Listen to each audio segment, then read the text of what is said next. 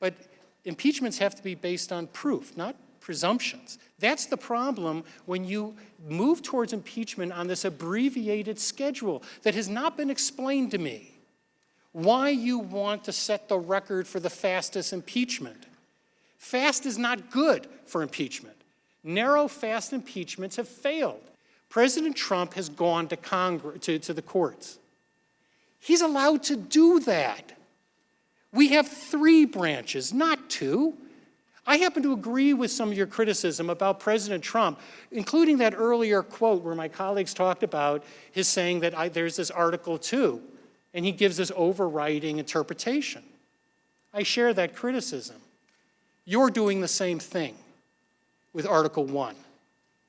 You're saying Article 1 gives us complete authority that when we demand information from another branch, it must be turned over or we'll impeach you in record time.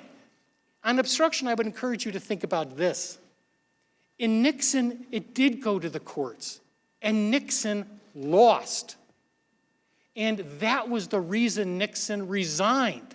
He resigned a few days after the Supreme Court ruled against him.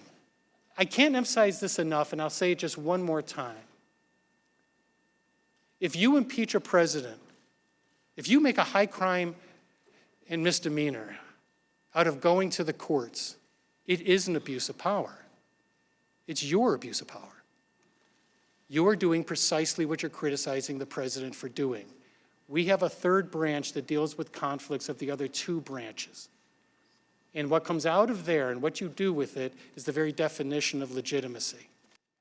Let's continue.